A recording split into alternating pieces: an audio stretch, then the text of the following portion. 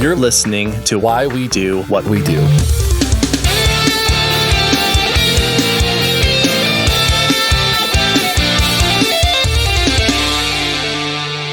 Welcome to Why We Do What We Do. I am your clothing optional host, Abraham. And I'm your never nude host, Shane. We're a psychology podcast. We like to talk about all the things that people do and why they do them.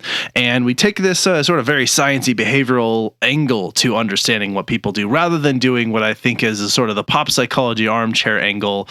I mean, maybe we do that a little bit. We have to speculate on things. We have our moments, yeah. But the idea here is to really unpack this with a skeptical eye, with a scientific lens, with a behavioral framework, adjective, noun, whatever, put them all in there. and that's the thing that we enjoy doing. And if you're joining us for the first time, thank you for being here. Welcome. Happy to have you.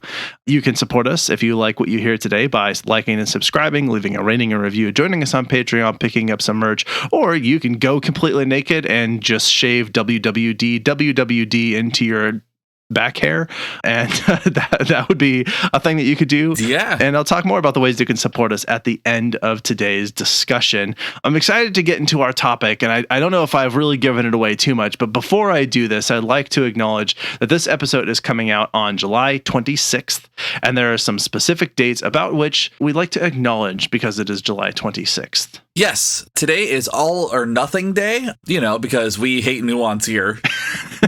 That's right. There's no in between. That is all you get. Anyway, it is also Aunt and Uncle Day, or maybe it should be Aunt or Uncle Day to fit in with all or nothing.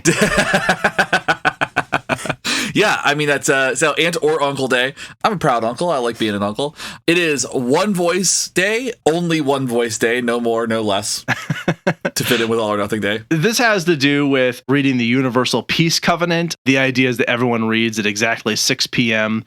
Universal Time, which I think is supposed to be Greenwich Mean Time. And this Universal Peace Covenant is a 577-word pledge to bring everyone together into peaceful coexistence. So that's supposed to be the idea. I don't know how many people celebrate. That sounds nice. Yeah, but you could be one of those. So it's really like a celebration of peace type thing. I support that. Yeah.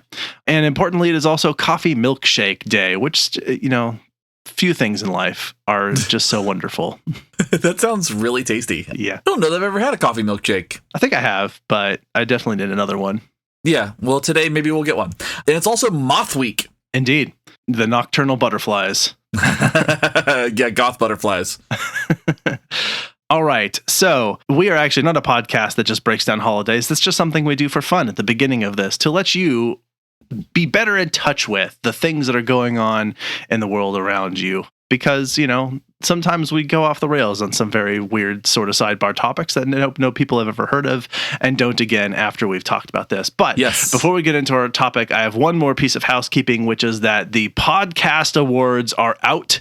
They're out in the world. You can nominate us. You can vote for us. These are the People Choice Awards. They're open until July 31st. So you're almost out of time. So go to podcastawards.com. You can click to nominate and to vote. So go there and vote for us. I think we've been nominated for it, but I'll go double check and make sure. Either way, go there and check it out. If you see our name, then vote for us. And if you don't, then nominate us. And that way we'll be on the list and we'll see what happens. Yeah, we'd like to be an award-winning podcast. Yeah, the only awards we've won are the awards we've given ourselves. Yes, which, I guess is fine. Yes. It works. Although, we have had support and help from various organizations such as the Disseminating Behavior Analysis Special Interest Group, which of course we are eternally grateful to their help. But anyway, yes, that is a thing that's happened. Let's get into our topic today, shall we? Yes, we shall. All right. Well, let's start with a little background. So a bit of a story here. We're going to talk about someone just for a moment. She's not the star of the podcast, but she's going to help introduce it. Her name is Carolyn Hawkins. She's a perfectly normal person whose life was suddenly shifted in a totally new direction. Not bizarre, not not that crazy or anything, but just if you saw her on the street, you'd be like, that looks like a person who's doing normal things. And then her life all of a sudden took a very different direction when her husband asked her to accompany him to Cypress Cove, which was a nudist resort in Central Florida. Ah, yes, it's only an hour away from where I live. Just down the road from Shane. Yeah. Now, initially reluctant, he was finally able to convince her to go, although she resolutely insisted that she would not be taking off her clothes, and indeed, she stuck to her rules, so she was fully clothed Carolyn for a while. the whole time. And once in the midst of the community, she was surprised by many things. For one, everyone was kind, friendly, warm, welcoming, and not at all pushy about the fact that she had chosen to wear clothes. And for another, the people she met provided apparently to her, a convincing argument for their way of life. And finally, that she kind of just stopped noticing the nudity that was around her or thinking of it as being in any way out of the ordinary. It started to just feel like this is just people here. And there was really nothing else to comment on in that way. Yeah. So despite her original reservations, she started to see the appeal. And by the end of that trip, she and her husband were registered members. She loved it so much that she started working there. Eventually, she and her husband moved there, and she even became the public relations coordinator for the American Association of Nude Recreation, or AANR, which sounds really fun to work. Like, be like, hey, there are naked people here. Come hang out. The AANR, this American Association of Nude Recreation website, amazingly helpful. One of the key resources for what I was able to find and information for this here. I found, plenty of sources, but they just very, very helpful place. Go check out their website. Now, apparently, this kind of story is actually not terribly unusual for those who have found their way to what you might call a naturist way, or to a naturist community or nudist community or something. Many of the people who have joined these naturist or naturalist clubs, when they started, they were completely opposed to the idea of nudism. They're like, under no circumstances would I ever do anything even remotely like that. But nevertheless, they find themselves completely enmeshed in this sort of nude culture. Yeah, and there is some discussion to be had about the role of clothing and fashion in our psychology and how that impacts our behavior and our psyche, as well as lewdness or even being offended. But we are mostly going to leave that for another day. I think there's a lot to discuss around Puritan values in the United States and why we think nudity is a bad thing. Like, there's a lot there. There's no way we're going to be able to tackle it here. Right. Yeah. We've got enough to talk about with just the history of nudism. And so we'll review that history as well as some of the behavioral and psychological implications of being unclothed for extended durations, possibly most of the time. And yeah, so we wanted to dig into why are there people who find this nudist way of life so appealing? What's going on with these nudist colonies? Are these just big sex clubs and that sort of thing? And we'll talk about what's going on with these and sort of where it came from. This is one of those episodes that lends itself well to history, I think. Yeah. And so let's go ahead and start there. To anyone that's listening, this should come as no surprise that humans have not been wearing clothes throughout the entirety of human history. For as long as we could document, we know that people didn't wear clothes. So ancient Egyptian pharaoh Akhenaten,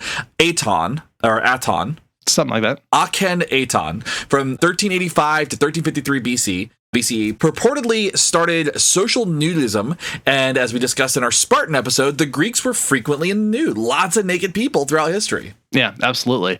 And we're obviously born naked, and we do lots of things naked, and we usually bathe naked. And so, like, if there's one thing that is true of all humans, it is that at some point in our lives, we are completely naked. Unless you're Tobias Funke. unless you're Tobias Funke. All right. Now, the Olympics even were held entirely in the nude, and athleticism was commonly a naked activity, particularly in Greece when this was going on. And it does make sense if you think about what clothing options were kind of available at the time that athletic events were going on. Casual daily clothes were barely tailored. Right? They were often very warm. They were often very restrictive. So like swimming and exercising in warm weather in general just didn't really work with clothes. Right. Also, they were probably a fire hazard because they were often made of like dried plants or things like that. And so you're going to be, if you're trying to keep warm and you're wearing one of these things, you might go too near a fire and then you have to throw your clothing away, which took who knows how long to make. So, there was just a lot of activities that people did that clothing was not very useful for. And so they only needed clothing for certain activities. Right. Bathhouses or bathing areas were where people would gather to bathe together in the nude, and even toilets were public places. So you found these kind of like these large congregations of people doing things that naked people do. They didn't have doors or walls, so they were kind of these communal areas where people were just kind of hanging out naked, and people would sit next to one another and talk while they did their business. It was not something that was kind of taboo or uncut. It was kind of like a standard practice in the communities. Yeah, basically bathroom stalls without the stall part. Yeah. It was like a bench with a bunch of holes that you would sit on, and then people would just talk to each other about the news while they did their thing. In the late 1600s, although most of the world was mostly bathing nude, some bathing costumes were developed for women and later men who would visit these bathhouses. This is sort of a precursor to things like swim outfits and that sort of thing. Sure, which is really interesting. And the history of swimsuits is probably a whole nother episode we've got to do. Yeah. Now, as the world became more global, nudity was increasingly scarce until the Renaissance, during which the human body regained acceptance and was accepted in art and in public. And even Christian leaders accepted, to some degree, the logic that if God created humans in his likeness, and we aren't born with clothes, that the likeness must be naked and must be good. I love kind of the ebb and flow of Christian leadership and all that stuff. I think that's a fascinating thing, what they find morally aberrant versus what's fine, you know? Yeah. For a little bit, people who like the Bible thought naked was good. Yeah, I mean, that was the zeitgeist. Now, the ultra-conservative Puritans, a liberty-hating people who worshipped shame and misery so thoroughly that they wouldn't even bathe, instead considered changing their undergarments periodically while hidden behind blankets or hidden behind or under blankets for modesty as good hygiene. And so what I'm saying here is that there were this group of people who were so opposed to nudity that they wouldn't clean themselves more than a few times a year at most, and that they were all you have to do is change your clothes, specifically your undergarments, and make sure nobody sees you while you do that. I mean, the Puritans really wanted to use government to control everything that everyone did, and so that's why they moved to the Americas, to do just that, as they were we're going to impose our moral hang-ups on everybody else, and we're just going to make that be part of the government here. And now they all wear red hats. In the 18th and 19th centuries, well-regarded public figures such as Benjamin Franklin and Henry David Thoreau thought nudity was very healthy. I love the idea of Ben Franklin just thinking nudity is the bee's knees. Just, he's out there flying a kite with a key strung to it, just in the nude, and just this is great. This is that's his thing. Yep. Thoreau regularly took nude walks, including to town, and Franklin would take air baths, during which he would open all the windows and sit naked in them to receive the full effect of the air. President John Quincy Adams regularly bathed in the Potomac. So everybody was naked, and they signed this big document that made our America the way it is today. That's right. Now, the practical reality of life for settlers who were building homestead on lands that had been illegally, forcefully, or sneakily appropriated from indigenous people by the U.S. government meant that families were sharing bathrooms and water for bathing. So if you were moving out into the West and away from the cities, it was really common for these families to have basically one large metal tub. They typically bring it into the kitchen where they could easily boil water or heat water, and then the heated water was added to the tub so that each member could then take a bath in rapid succession.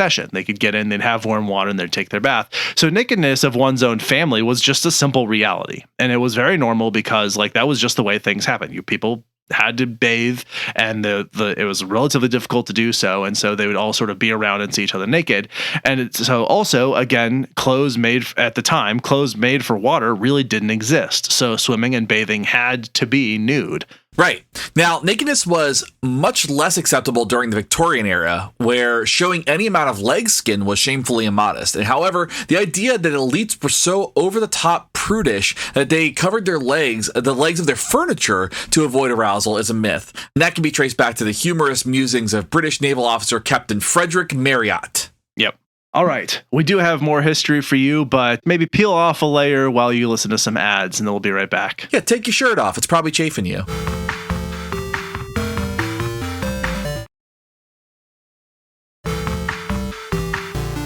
All right, we're back. You are as however clothed as you have chosen to be at the moment. We're getting into the 1890s, and the cities around the world, particularly in the United States, were starting to grow to very large sizes, and often lack of sanitary practices coupled with undeveloped engineering practices meant that where people were gathered and living in large groups, diseases were just absolutely thriving, right? And so the stuffy contemporary clothing, poor working conditions, and lack of regulations and policies for water cleanliness led people to the idea that getting back to nature and to fresh air and sunlight was very healthy, and that ditching their clothing was part of that. Getting back into nature meant that you weren't taking your clothing with you. You were leaving everything behind, your possessions, your clothes, your whatever. And so basically they had these sort of toxic hell swamps that were cities because of poor engineering and poor regulation, and they'd move out away from the cities to areas that had not been so polluted by human activity.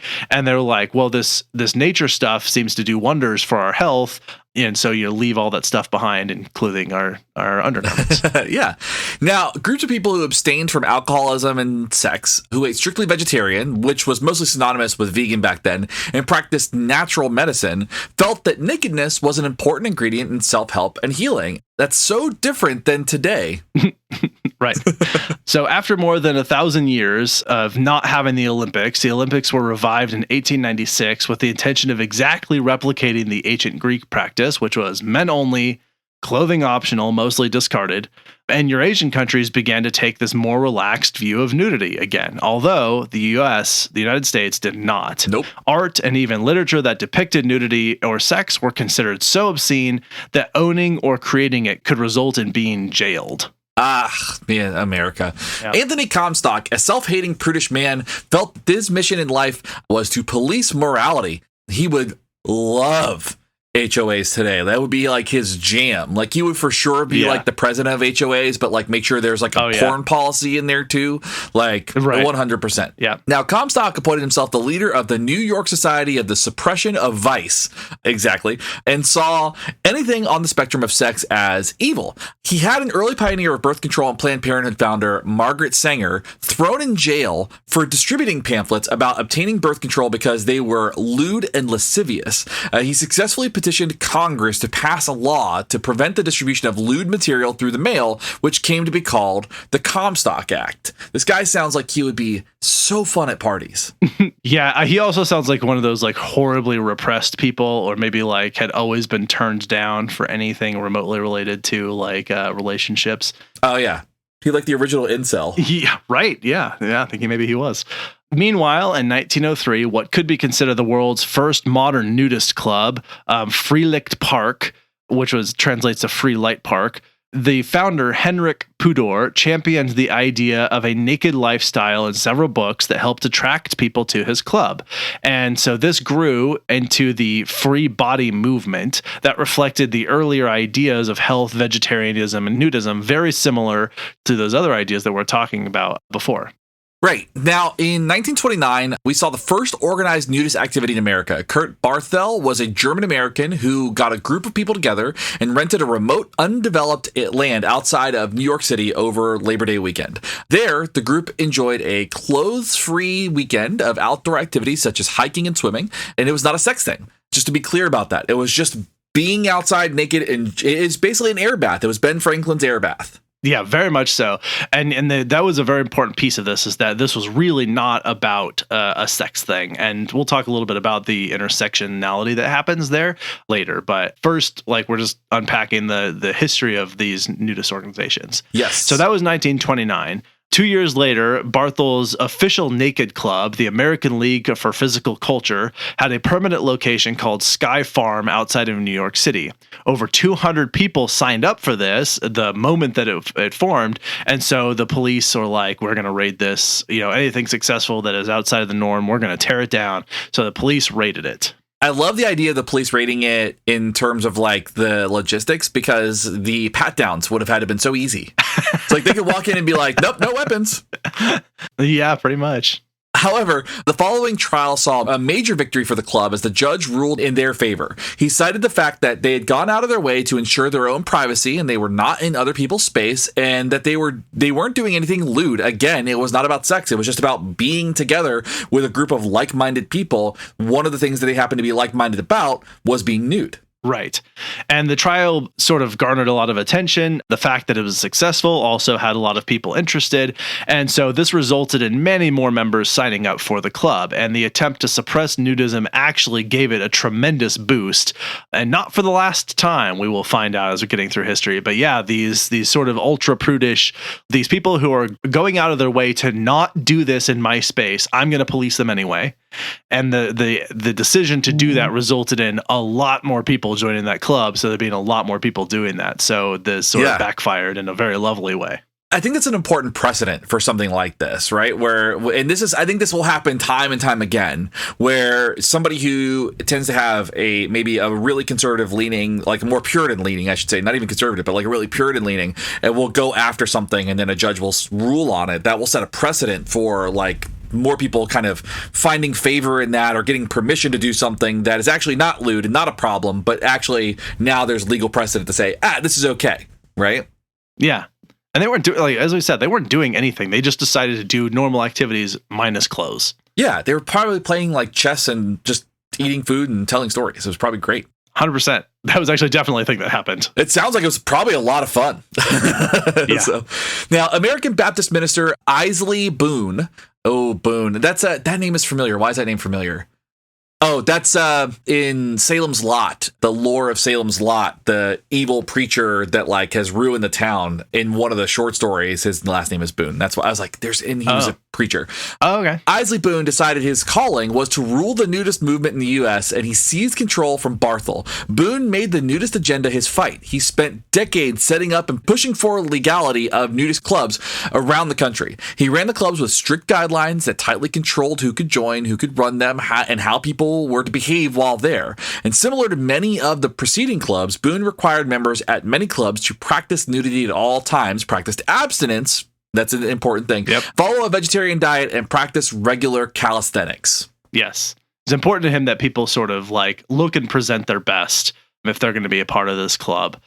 Boone also helped start a nudist magazine, which continued to push for acceptance and adoption of nudism. And by the mid-1930s, there were over 80 clubs around the country, mostly on the East Coast, which is still true today. Right. Now, in 1936, New York decriminalized male toplessness. So, it's been almost 100 years since men could walk around without their shirts in New York City. Yeah, without being in violation of the law. During World War II, the military distributed nudist magazines to soldiers as it could not distribute pornography. So this nudist magazine was selling very well, at least among the military. Obviously, the soldiers wanted pornography, but these nudist magazines were better than nothing. What was kind of interesting as an outcome of this is that after the war, many former soldiers, they decided to join these nudist clubs that were presented in these magazines. I think that makes sense because it's probably like with all the things that you had to have seen during World War II and how terrible it was, like it probably makes sense to just go back and be like, there's peace here. Right. I imagine that the nudist clubs are incredibly peaceful. Yeah. Now, in 1941, Congress reinstated the Comstock Act, no distribution of lewd material through the mail. That's what was going on. But Boone took the fight to the U.S. Supreme Court, which again overturned the act in 1958. So another win for nudists. That's right. So we kind of did a skip there because that was like a 17-year period going on as this fight. In the middle of that, in 1952, the Supreme Court also overturned the Hays Code. And this was, for those people who are big cinema buffs will recognize this, but the Hays Code entailed a strict censorship of nudity, strong language, and even the depiction of generally, quote unquote, inappropriate behavior in films. So this was largely the precedent that later set up the MPAA, who, like, when films didn't have a rating system, they didn't have the Hays Code, there was this blurry space in between where filmmakers could make whatever they wanted, and then the MPAA was like, under no circumstances, we hate art, we're going to shut that down. And then that's what's been in place ever since then. Yeah, and honestly, that kind of thing has happened across multiple mediums. If you go back and look at the history of comic books, it's the same thing for a very long time. That's why Superman, one of his powers is that he can shoot tiny versions of himself out of his eyes, I think. And he has like miniature versions of Superman that go around, and like that was a superpower he had for a minute. Weird. I mean, it happened with, as we talked about, with video games. Obviously, it happened eventually with TV shows, like syndicated, serialized TV shows, as well as music has gotten all this. So, yeah, anywhere where there is art, there is someone trying to tear it down, turns out. Yeah, throughout history. Now, over the following decades, nudism waxed and waned in the U.S., although largely maintained a steady growth, estimated to be about an $800 million industry by the end of the 1990s. So people are really stoked about this. It can be a moneymaker. Yeah. And then the last thing to sort of say on the history of the timeline here, there's sort of a last word that has continued to grow. They're still around. There's lots and lots of people who do this, and that's a thing we'll get into. But also, I think an event that many people will have heard of is called Burning Man. This is an annual event. This began humbly on a beach in California in 1986. It now regularly attracts over 70,000 people to northern Nevada's Black Rock Desert, which is only a couple hours drive from where I'm at. Matter of fact, most people will fly into Reno, and there's this whole burner culture that happens because 70,000 people is a lot. A lot of people. At Burning Man, if you weren't familiar, there's a lot of things that go on, but essentially it becomes its own little temporary self-regulating government, and people are allowed to practice naturism or nudism as much or as little as they wish. You can go there and be totally clothed the whole time. You can go there and be totally naked the whole time. Anything goes. That is not a thing that they choose to police there, which attracts a lot of people to it. They want to have that experience. So that's sort of a thing that has happened that is sort of nudist adjacent, but is relevant. I mean, it sounds like a fun event, but it also just sounds like there's a lot of dusty buttholes. I take it you have not been. I have not been. I'm being silly. I hear it's a wonderful event. I just have not ever been. And what I see does not make it appealing to me. I have been once. I don't want to poo-poo anyone's time out there. What I will say is they have this policy of leave no trace. An insufficient amount of people actually respect that rule. I think there is a huge amount of cleanup that ends up needing to be done.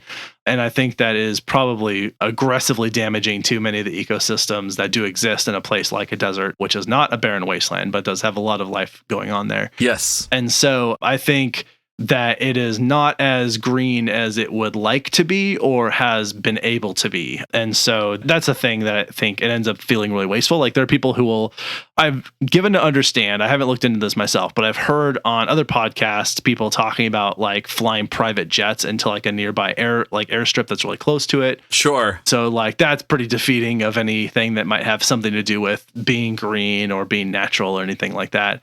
And then you have to obviously ship a just mountain of resources out there. Like if you're trying to feed 70,000 people for a week and like have bathrooms and sanitation for 70,000 people, and they're running generators and stuff, like it is a huge event.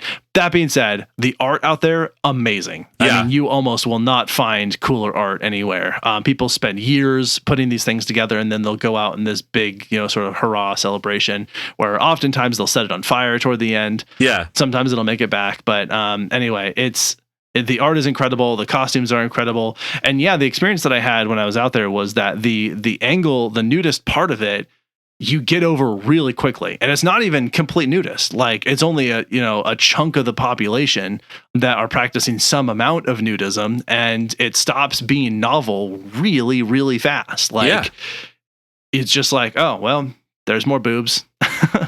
There's more butts. There's more wieners. I think that makes sense. I think that it's that whole thing where like art and creativity and like the general sentiment is really wonderful and really fun, and late stage capitalism tends to ruin it. There you go. Well said. Speaking of late stage capitalism, here's an ad.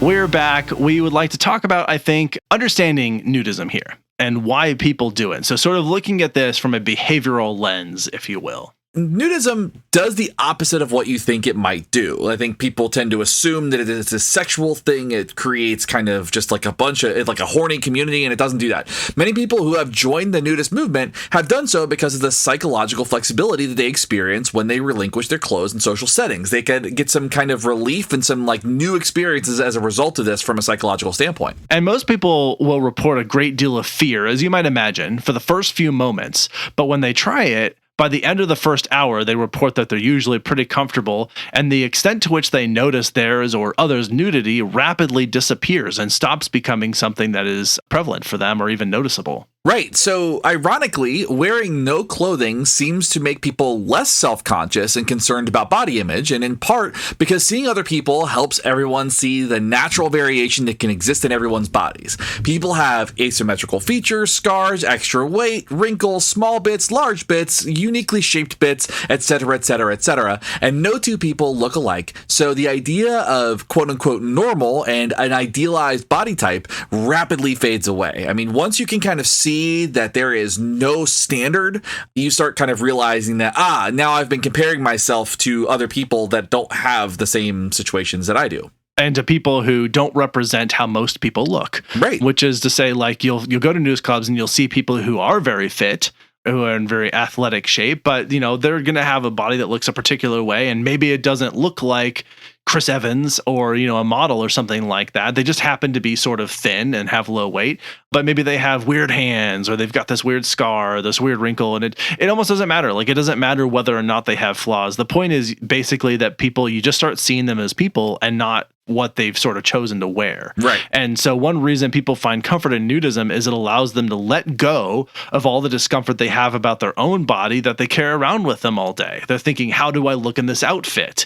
Do I look fat? Do people see me as fat? Do they see my fat? And if you're nude, then yeah, they definitely see me, and I see them, and we all see each other. And so that actually brings a high level of comfort to people, because that stuff is just something you can't spend any time on anymore. It's just out in the open. Absolutely.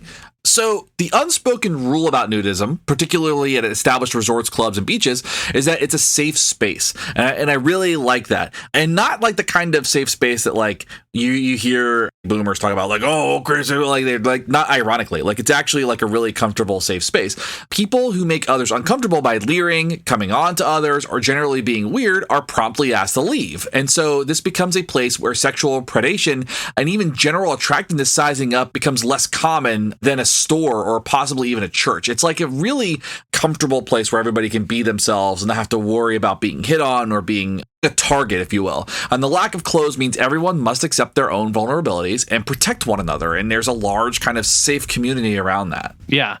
Another reason that people come to nudism is a feeling of freedom, in the sense of being natural in nature. And many of these clubs often feature green outdoor spaces, beaches, pools, trees, hiking, and things of that nature. Being naked in these spaces, often they report feeling natural, feeling good, feeling sort of a part of it. They report feeling better with the water touching all of their skin, unencumbered by clothes of any sort. Let's acknowledge that people might be thinking, well, if you're hiking naked, your feet are going to get torn up. These are practical, intelligent humans. They wear shoes when they're hiking. They're dressed practically as needed. So there might be circumstances they wear clothes because it's cold. There might be circumstances where they're covering themselves up to get the sun off of their skin. There definitely be circumstances where they're hiking and they wear shoes to protect their feet. So it's not that they completely eschew all clothes all the time. They are practical, normal decisions that people make. Well, right. Clothes become less of a social norm and more of a tool. Yes, that's exactly right. That is a very good way of putting it. That's the way that I would see that, right? If it's cold, yeah, I need more layers because I am a furless mammal. Yeah. Or if I'm going to go walking on sharp rocks or climbing, then I probably need something with traction. And my bare feet don't do that just yet. Right. Now, another thing people love about the naturist way of life is that they feel it creates a more equitable social hierarchy, which is to say clothing is often used to establish a social standing. Expensive watches, expensive clothes, suits, tailored garments, or loose faded shirts communicate a message about someone that establishes their relative worth or kind of their caste or class. Yeah. This is abandoned when clothes are left in the locker. And even wealthy people enjoy this lack of status symbolism and simply enjoy their friends. I mean, it takes away the hierarchies that exist that kind of separate people from different classes of people and makes it so that we're all on level playing fields. Exactly right. And similarly, people who are actually more likely to size each other up sexually and otherwise when wearing clothes. But when people are used to being naked around one another, they tend to really look each other in the eye and listen when the other person is talking. And again, there's this element of when we see each other and you can sort of see the outline of someone else's body. Maybe you might think for a second, you notice that some of the skin is revealing or it's not. You see some tattoo poking out, or you maybe wonder what that looks like, or maybe you're one of those people who just wonders what everyone looks like when they're naked. Whatever. The point is, when they're not, then you don't have that as a mystery anymore. It's not tantalizing. It's not meant to try and invite leering and daydreaming and wondering. It's all out in the open, and so people actually stop gazing at it and they look each other in the face and have a conversation. And so they're listening when other people are talking. They're looking at each other. There's a social bonding, and nudism promotes this sense of social bonding where people can feel closer to one another because the mystery and tantalizing hint of sexuality that is created by fashion is completely absent in those conversations. And they simply are as they are presented. Nothing more, nothing less. They're just humans. They're just humans in their human skin and their human bodies being human beings. That's such a nice thought. I love that. Right? Now, people all have also noted benefits of nudism and kind of these communities, and we're going to talk about a few of these. One of the benefits is that people talk about not having to do laundry very often. Saves time, saves water. I love that. And they're also not spending time choosing an outfit because there's no social kind of like standard for what that is. So they don't have to worry about that nearly as much. They're also not packing very much because they're not planning to wear clothes. So suitcase space is left for other things or maybe not brought at all. They just bring a backpack with like the hygienic stuff. Sure. And then one thing they also report is being able to get a more even tan because you're not going to have tan lines from clothes. I love that. I mean, tan lines are fine. So, but that is nice. That's a funny thought to be like, yeah, I guess no tan lines, no worried about that if that's something you're concerned about. Yeah. You sleep at a more comfortable temperature, so you don't have to like regulate quite as much because you don't have additional layers that you weren't really prepared for. And there's no hassle with uncomfortable clothing. And we just, as I'm saying this, I know that I personally adjust my clothing all day. Yeah. I think people naturally do that. You probably do too. And I've probably, now bringing this up, have made you acutely aware of the clothing that you're wearing right now in this moment, and it makes you want to adjust. Because that's what happens when we do this, right? It's the don't think of the pink elephant situation. Absolutely. That's a nice benefit to think about. It's like there's not really a lot of adjustment that you have to do. I was thinking as you were saying that, like, I know that I've adjusted my clothing several times while sitting here talking, just, tucking my sleeve that way, just pulling it down this way or, whatever, making it feel like it fits a little more comfortably. And that was something that you just wouldn't be doing at all if you don't have to worry about the clothing that sort of binds or bunches or like you get it itchy or something. An itch that's hard to scratch because you can't really reach it because it's underneath so many layers or in a place that's hard to get to. And so there's this just general level of heightened comfort that can come with that. I was just thinking we had a missed opportunity here. We could have done this entire episode topless and we chose not to. That would really have been the selling point for getting people on the Patreon where we do release videos. We do. Yes, we do. And you could have seen us both topless, but we opted not to this time. So maybe next time. Yeah. Maybe on the nostalgia episode 5 years from now. Yes, when we look much better. Yeah, give us 5 years to get really, really confident. It's going to be great. We'll ripen into perfection at that point. Anyway. But I think honestly, there was this element of it as I was reading what they were saying on these websites and stuff that I feel like I just want to really make sure I get across in these nudist clubs, because as I said, it's really not about sex. There is some level of intersectionality there where there are a lot of people who are very free and open about their sexuality. And so they'll often also join these clubs where there's a lot of sex that does happen. And because clothes just get in the way of that, they also tend to be naked a lot of the time. So it's not that there's no overlap. There are some overlap, but the nudist clubs themselves are not set up generally to be about sex. And if they are about sex, that's usually pretty explicitly stated. Right. And we'll get to some, I think, some other interesting features of these that are sort of the FAQs, the questions you probably have that I had, at least while I was doing this research.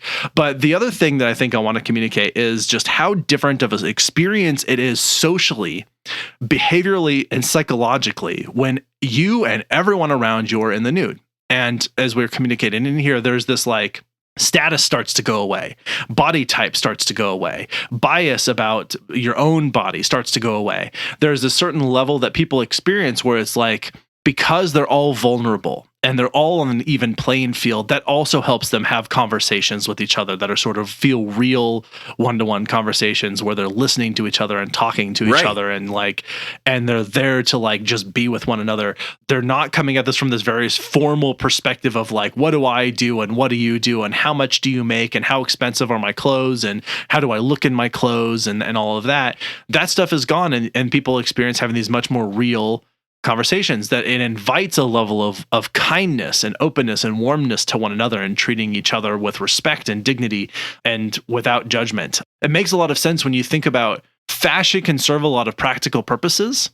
And in these particular spaces, what it kind of highlights is that one of the things that fashion can also do is severely disrupt our ability to engage with one another meaningfully. It's just putting up a wall between us and the next person that we just wear around with us, Right. Sometimes many walls and many layers and many colors.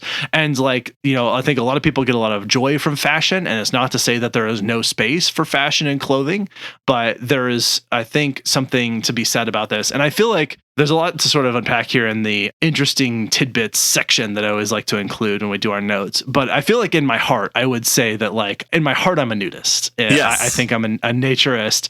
I definitely have way too much fear about that to feel comfortable wanting to join. I would like to believe that someday I would be able to do this. Yes, same. I definitely am not there yet. But I think, if I were to just take the leap right now and say, I'm going to go to one of these resorts and check it out, I probably by the end of that visit, I'd be like, yep, I'm a member now. I'm joining this thing. Sure. And it's really just about taking some action toward it. I think for me, it's just, I would need more tattoos. Like, I feel like if I had more tattoos that looked like I was wearing clothes, I'd probably feel more comfortable. But I also have to recognize that, like, I have like a negative level of melanin in my skin. And so like I absorb so much sunlight. I sunburn so bad. That's a real problem for me. So like there's a lot that I've got to kind of sort out before I end up as a naturist. But fair. Yeah, I like the idea. The idea seems really wholesome and nice. Shin gets sunburnt from the ambient light scattered from the sun in a room where the blinds are drawn. My dude, you joke. I have been sunburned within 15 minutes in Florida. It's real bad. All right. Well, we've gone a little bit off track, so we'll let the advertisers maybe sell you some lotion or sunscreen or something, and we'll come back to talk about the interesting tidbits available in nudism. I hope that sunscreen commercial comes up.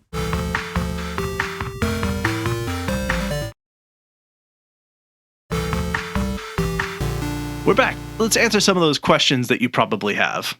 Yes. What was the website or the association? The American Association of Nude Recreation. Yes, the American Association of Nude Recreation. So they were super helpful in kind of giving us some insight on this kind of culture. And there are a couple things that we want to talk about. First, folks that are part of this kind of community prefer the term naturist, but nudist is okay. And they tend to avoid the term lifestyle, as that's been co-opted by swingers as a specific keyword for that particular group and those proclivities. Yes. They also tend to prefer club or community as opposed to colony. They like to say colonies are for ants, and so that they are instead of club. What is this, a library for ants?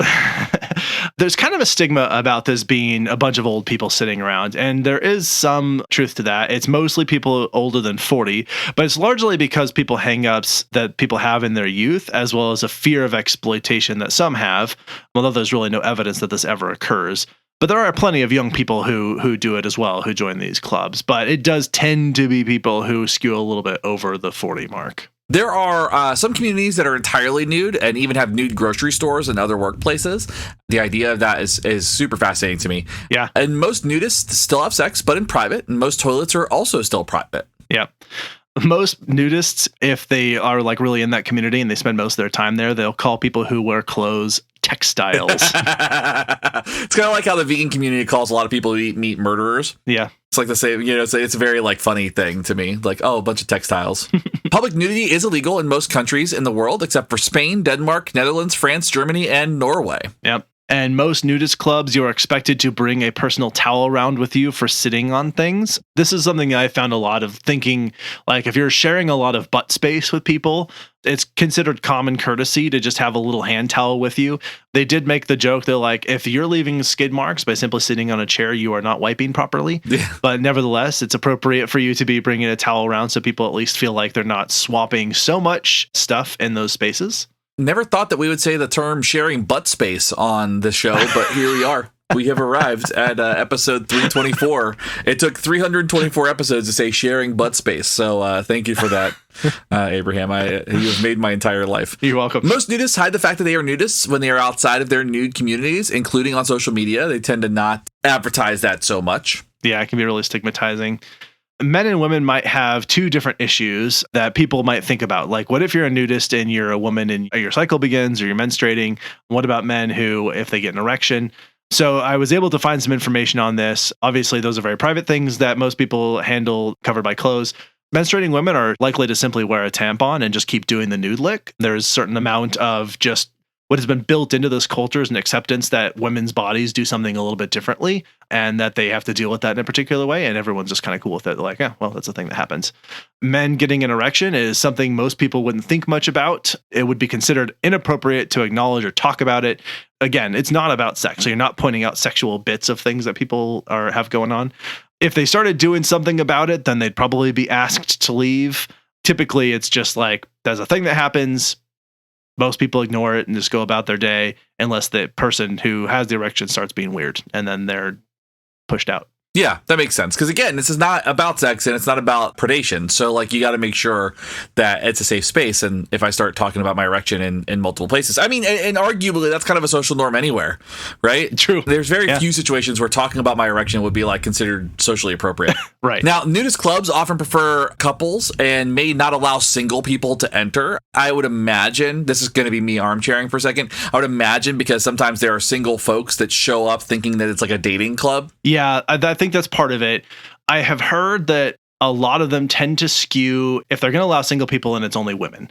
They tend to go ratio there of like more women than men, and mostly to avoid it being, I guess, creating an asymmetry where there's a different power dynamic there that could exist, particularly sexually. And they don't want women to feel like they're sort of being stalked, like a herd of gazelle or something. Yeah, I think that's reasonable. Yeah, to allow them to sort of to either be on equal footing with or outnumber has been sort of the plan. A lot of them follow, not exclusively, but that is a place in some of them. One thing you might also worry about is eating in the nude, because these are clubs where people spend a lot of their time, sometimes almost all of their time. They do eat in the nude in public. It's actually fairly common. I actually saw some pictures of this when I was looking around trying to find the information, and people looking very happy with a plate on their lap and just enjoying whatever food they're having with no other clothes on. I love that. Although clothing is now allowed, sexy clothing might not be. So no lingerie in some of these places. Yeah. There was a time when there was no clothing allowed at all, but they really try to make it not, again, be sort of sexually. PDA, so public displays of affection, are strictly prohibited in most or all of these clubs. Again, it's not about sex thing, and so they really don't like people doing anything romantic out in public. Right. Kids may be welcome depending on laws and ordinances, so that's really dependent on states and maybe even counties and cities and stuff like that, and different legal protections and whatnot. There was a couple I read about who was basically raising their kids in a nudist club, and that was actually fairly common there. There was a lot of kids who were there in other countries. And again, when they stop treating our bodies if there's something wrong with them, they need to be hidden and they need to be obscure. They stop treating them as if they're sexual objects, then it doesn't really matter anymore. Right. The kids don't see it as anything weird, and the adults don't see it anything weird, and it just becomes like people are just people in their bodies. But there are circumstances under which they might try and avoid that, and so it just depends on where you're at and what the rules are. Right. There are over 260 clothing optional resorts in the U.S. Clothing optional is a key term you'll often hear to describe a place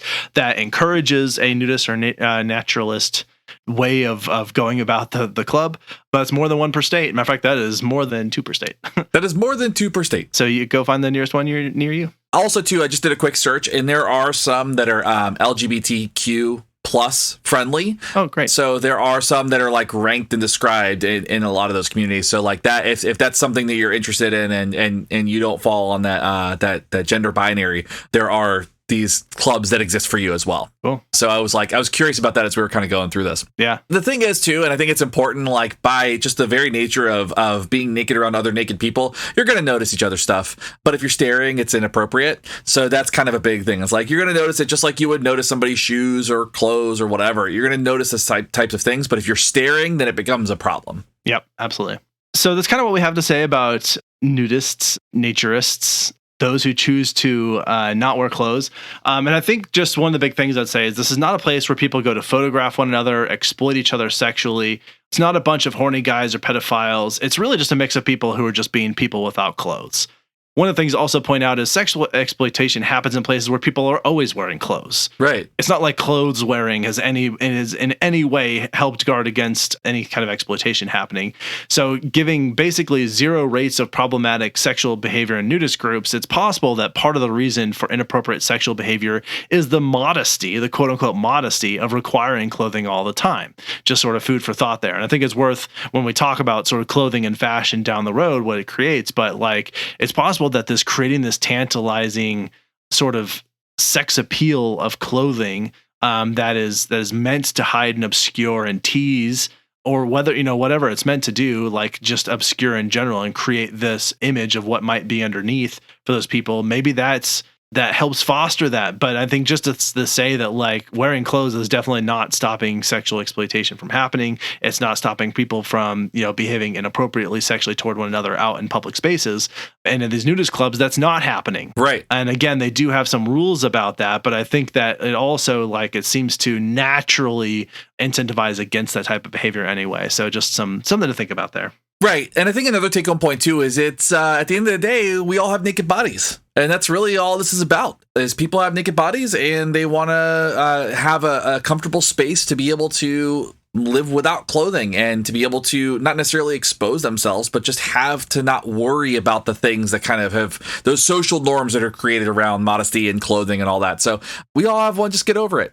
Everybody's naked. Yeah. And body image and all kinds of stuff. So, right. I think that probably, I would say go out and check one of these places out if you're interested in joining. They probably don't want a ton of people trying to sign up for these, just because I think it creates the opportunity for people to start being weird in those spaces. And they kind of want to probably control and filter who are becoming members and why they're becoming members and that sort of thing. But generally speaking, I think they would mostly welcome a lot of members as long as people are doing it in earnest. They want to be a part of that culture and not because they're trying to be weird. And again, they will kick you out if you're being weird. So don't think of these as places to go be weird and objectify other people. Think this is a place to go for yourself, where you then get to enjoy the freedom that comes with a naturist way of life. Yeah, these aren't human zoos. Yes, very much so. That's what airports are for. Yeah, or malls. All right. Anything else you have to add in our discussion about nudism before we transition to our next topic for the day? No, I think that covers it. Perfect. All right. Well, what we like to do, and if you've been listening to us for a while, you already know this, but we find something during the week that or during the preceding weeks or months that we have enjoyed, and then we say, well, you know what, I would like to recommend other people check this thing out too, and just maybe they'll find joy in it also, or maybe they'll already found joy in it and they just like to hear someone validating that experience. Either way, we call that recommendations. And before we do that, I'd like to tell you that if you've liked today's discussion and you'd like to support the show, you can join us on Patreon. If you do that, then you get a bunch of access to other things, such as behind the scenes episodes, videos of us wearing clothes. Unfortunately. Yeah. Notes, all kinds of stuff. You get early access to episodes, ad-free episodes, that sort of thing. So you can join us on Patreon to get those benefits, trying to get a bunch of people to sign up so we can do sort of an online hangout with y'all if we can get up to 15 Patreon supporters. In addition to that, you can leave us a rating and review wherever you listen to podcasts. Subscribe so we show up every day, every Wednesday in your feed. You can go over to our merch store. We've got water bottles, coffee mugs, sweaters, shirts, all kinds of things, patches, I think, go over there. So go check out our merch store. And so anyway, the people and another benefit you get to join us on Patreon is that I'm going to shout out your name for being awesome and the people who have already supported us. So that list of awesome people includes Mike M, Megan, Layla, Mike T, Justin, Kim, Joshua, Brad, Stephanie, Olivia, and Brian. Thank you all very much for being our Patreon people. Love y'all. You are our audience.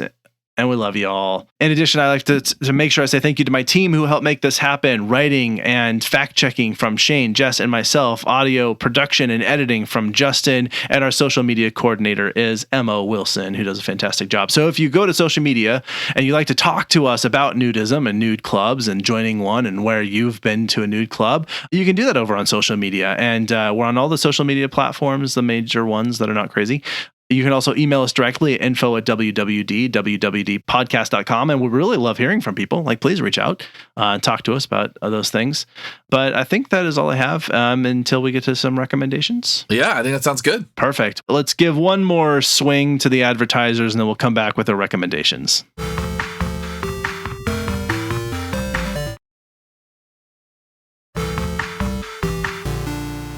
We're back. So one more quick audio transition, and then we'll tell you some things that we think you should check out.